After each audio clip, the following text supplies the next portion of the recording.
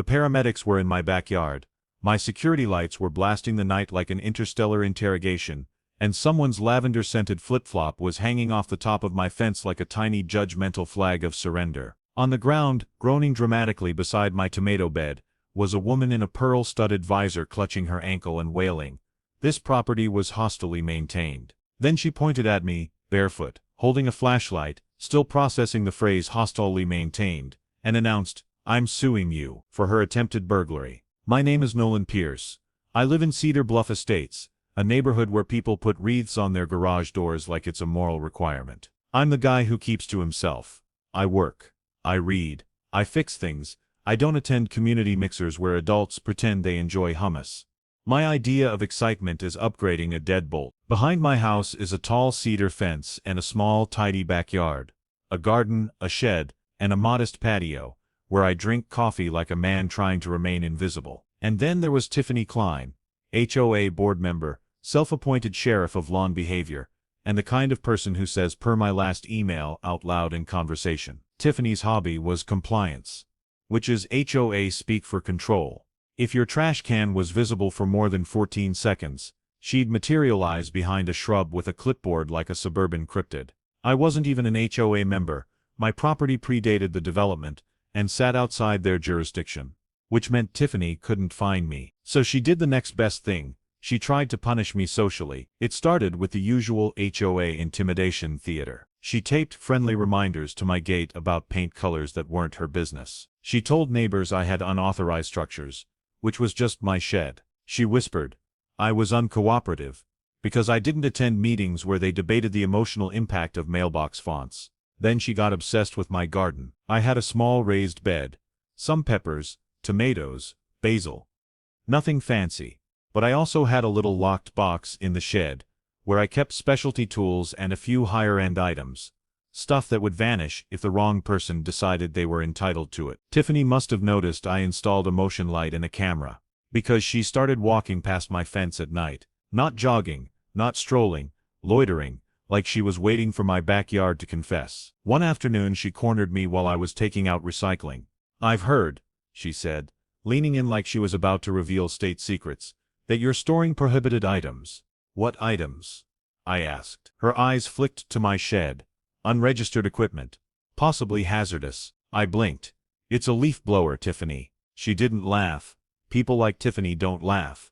They document. And somewhere in her little spiral, the narrative changed from "Nolan won't obey me" to "Nolan is hiding something I deserve." Which is how a bored HOA tyrant eventually becomes a trespasser with a plan. The night she hopped the fence, I was inside watching a documentary about shipwrecks, peacefully enjoying other people's disasters for a change. Then my backyard lights popped on. My phone buzzed.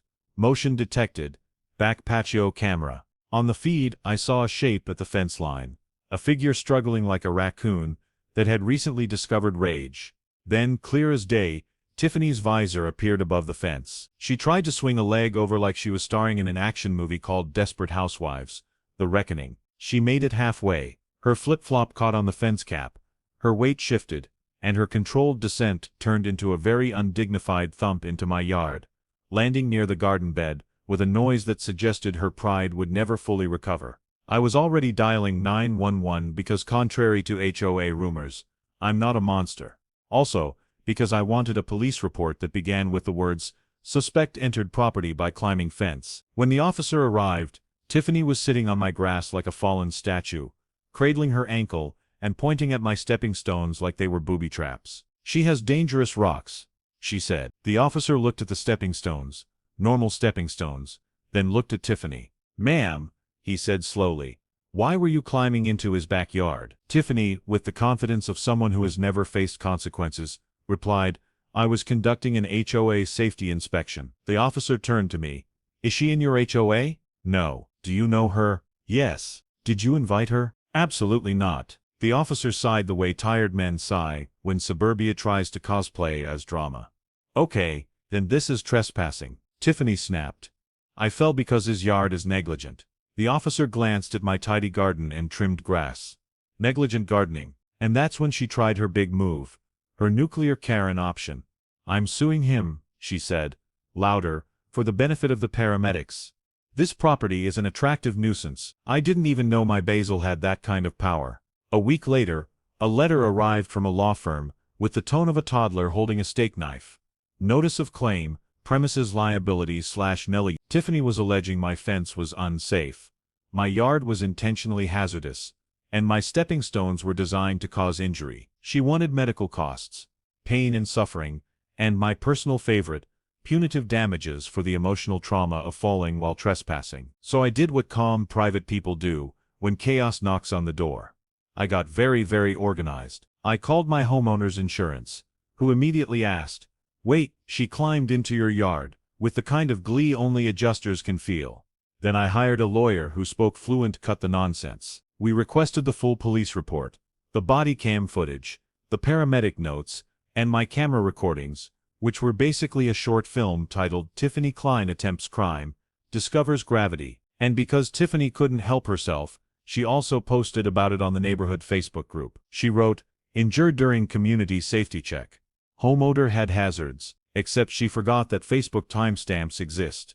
And under her post, someone commented, "Why were you in his backyard at 10:47 p.m.? Another commented, "Did you say you were going to check the shed last week?" And my personal favorite, from a woman named Linda, who clearly had had enough of Tiffany. "Girl, you said you were gonna retrieve his garden tools like they were HOA property. You need therapy." Screenshots are the modern-day witness statements. Court day arrived, and Tiffany showed up dressed like a motivational speaker for entitlement. Blazer, visor, and a smile that suggested she believed reality was negotiable. Her attorney opened with, "Ms. Klein was lawfully on the premises." My lawyer didn't even let him finish. "She scaled a 6-foot fence at night," my lawyer said, sliding the police report forward like a dinner plate. "There is video." The judge, already exhausted in spirit, leaned forward. "There's video?" My lawyer played it. In silence, the courtroom watched Tiffany approach the fence, climb it, straddle it like a confused stork, get caught on her flip-flop, fall into my yard, and immediately point at my stepping stones like they were a criminal conspiracy. Then my lawyer played the audio, where Tiffany says clear as a bell, "I was going to check his shed." The judge paused the video, stared at Tiffany, and asked, "Why were you going to check his shed?" Tiffany opened her mouth and produced a sound that can only be described as administrative panic. The judge turned to her attorney. "Counsel, are you seriously arguing premises liability for a trespasser who climbed a fence to check a shed?" Her attorney looked like his soul tried to crawl out of his body and leave without him. The judge dismissed her claim, so fast it practically made a sonic boom. Then, because the court system occasionally gives gifts, he granted my lawyer's request for attorney fees due to the frivolous nature of the lawsuit. But it got better. My lawyer filed a counterclaim, trespassing, attempted theft based on her own words, plus neighbor screenshots, harassment, and a restraining order request. Tiffany's victim era collapsed right there on the courtroom floor, right next to her ego, which also appeared to be sprained. And when her lies didn't work, Tiffany tried the last refuge of the cornered HOA. "Karen, this is persecution," she said. The judge replied, "No, Ms. Klein. This is consequences." Tiffany didn't just lose. She got ordered to pay my many fees.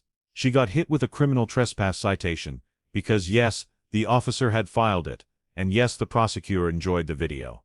She got a no-contact order that kept her away from my property line like it was radioactive. And the HOA, terrified of being dragged into her mess, voted to remove her from the board in an emergency meeting that reportedly lasted 7 minutes and included the phrase, "We are not funding her delusions." The total came to just over $8,000 in attorney fees, plus court costs, plus the fine for criminal trespass. Tiffany stood there in the courtroom, her face cycling through disbelief, rage, and something that looked like her soul briefly leaving her body. Her mouth opened and closed like a fish trying to argue with gravity itself. $8,000? She repeated, her voice cracking on the word thousand like it physically hurt to say. The judge simply nodded and signed the order. She turned to her attorney, who was already packing his briefcase with the speed of someone fleeing a crime scene, and said in a voice that trembled with indignation, "This can't be legal." Her attorney paused, gave her the kind of look usually reserved for people who've just asked if the sun is real, and replied, "You climbed a fence, at night, on camera. There was never a world where this went differently." And with that, he walked out, leaving Tiffany standing alone in the courtroom, clutching her purse like it might suddenly sprout wings and carry her away from the consequences of her own actions.